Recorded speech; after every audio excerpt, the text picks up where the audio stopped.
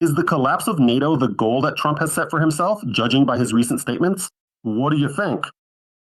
The collapse of NATO and the collapse of Western Europe is Trump's historical mission. Apparently, some higher powers are at work here. That's why Trump was put in the chair of the President of the United States of America. First of all, so that he could destroy the entire world order that was established after World War II, including the United Nations and international organizations, to destroy all international law and to break Allied relations with Western Europe, including through NATO, of course. Who are these higher powers? It's unknown. We don't know. Aliens, God, whatever you want to call it, fate, destiny, call it what you will. But what Trump is doing, de facto, leads to this result. So, in other words, some kind of historical rupture is looming. Do you think he'll see it through to the end? If he lives long enough, maybe he will. But you see, today he was barely speaking. He was out of breath. Of course, it's clear. Davos. It's a town in Switzerland that's located 1.5 kilometers above sea level. So it's kind of a mid-mountain area. Yeah, basically, there's not much oxygen up there anymore. For a perfectly average individual, basically, it is already, so to speak, extremely challenging and demanding to do sports there. You know, for example, biathletes, when the Winter Olympics are held in Italy, for instance, they actually go to mid-mountain areas, not just ski resorts, but specific mountain stations to acclimatize and prepare their physical bodies, because the human body functions in a completely different manner there. And Trump today was out of breath when he gave his speech at the forum in Davos.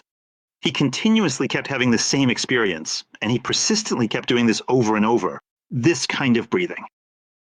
It's clear that he was lacking oxygen. And by the way, the fact that he turned his plane around half an hour after taking off from Washington, everyone is laughing at him, like they presented it as a technical malfunction. By the way, I'm not convinced that the technical malfunction version is the real story. It's quite likely he had a health issue. I Also thought it was a health problem, but maybe they turned him back for some kind of IV drip. That was my first thought, by the way. Because the technical condition of Air Force One, not just of America, but of the whole planet, well, somehow that version is just absolutely. All the specialized sites, the aerospace ones, are mocking it because they're saying, what is this?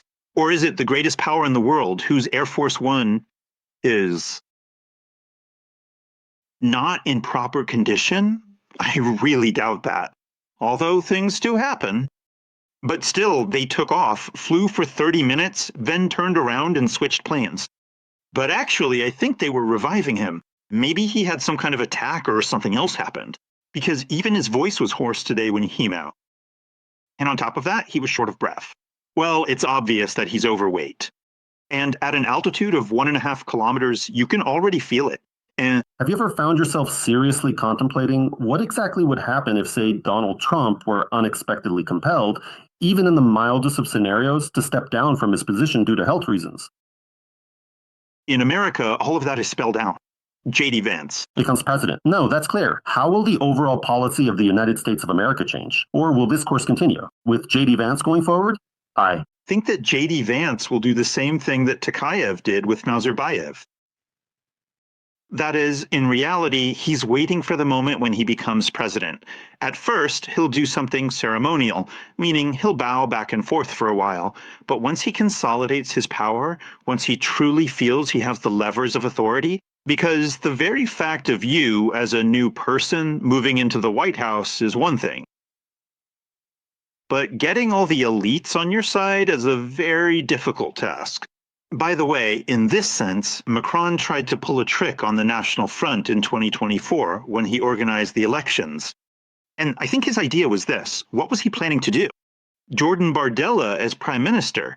But in this Madigan Palace, he won't be able to do anything, because all my friends who graduated from the National School of Administration, they're all sitting as top government officials, and they'll just stage an Italian strike, and everything will fall apart.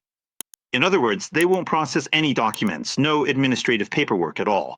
So in reality, you can't govern a country without relying on some very serious groups, and different ones at that, like the police, the army, the economy, administrative functions, civil servants, then education, and so on.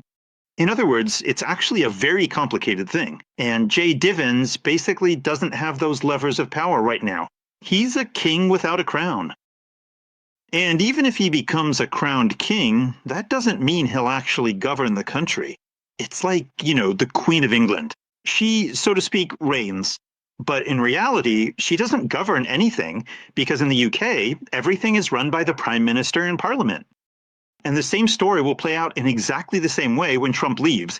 But Jay Divins, if he's a highly intelligent and capable individual, he's exceptionally well organized and deeply purposeful. Because you see, he managed to outsmart Trump to completely win him over with his charm. A man who 5 years ago said, I will never become a Trumpist because this person should never be allowed anywhere near the White House, and then suddenly became vice president, and not just became, but was elected, so to speak, and is now almost considered to be on the right wing. There is a theory that all of this can be forgiven. Trump was helped by money from Silicon Valley, from J.D. Vance's sponsors.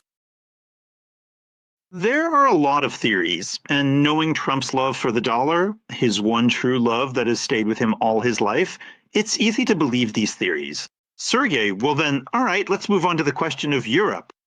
It is understood today that Trump's goal is to break it up, and Putin's goal is to help him in this breakup of Europe and NATO at the same time. You work on French television. You are the host of a very popular political talk show, right? First and foremost. Is this already on your discussion agenda or not? Well, first of all, I'm not the host. I'm an expert on the show. Yes, of course, it's on the agenda. Europe is waking up very slowly. And so far, it still hasn't woken up. And then the problem is, as we've discussed many times, that there is no such thing as a united Europe. That is, if Europe were united, Trump wouldn't be able to do anything to it at all. Because, by the way, China also wouldn't be able to do anything to Europe either. And by the way, Macron talked about this yesterday.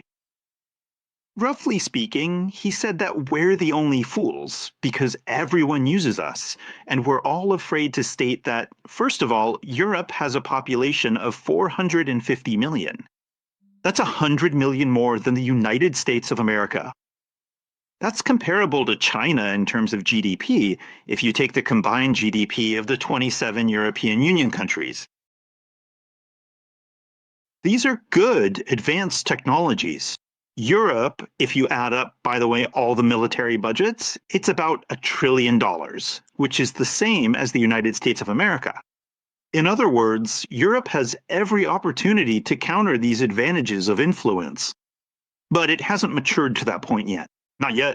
And then within it, there are traitors. Quite noticeable ones.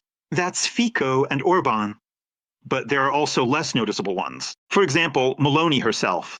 She's neither here nor there, or maybe both here and there, kind of with Europe and kind of with the United States of America. There are appeasers, there are leftists, rightists, far left and far right. So that's the root of the whole problem. But indeed, this problem does exist. And Macron brought it up yesterday. By the way, that's why his speech caused such a sensation. He calculated it very well. He arrived right before Trump's visit and staged a benefit performance for himself. Well, you know how it is. In the theater, before the main star comes on, another star performs. A bit less famous, but still, it has to be some kind of star, and Macron played the role of that star. In other words, to put it bluntly, he positioned himself as the main Western European leader who isn't afraid to go head-to-head with Trump.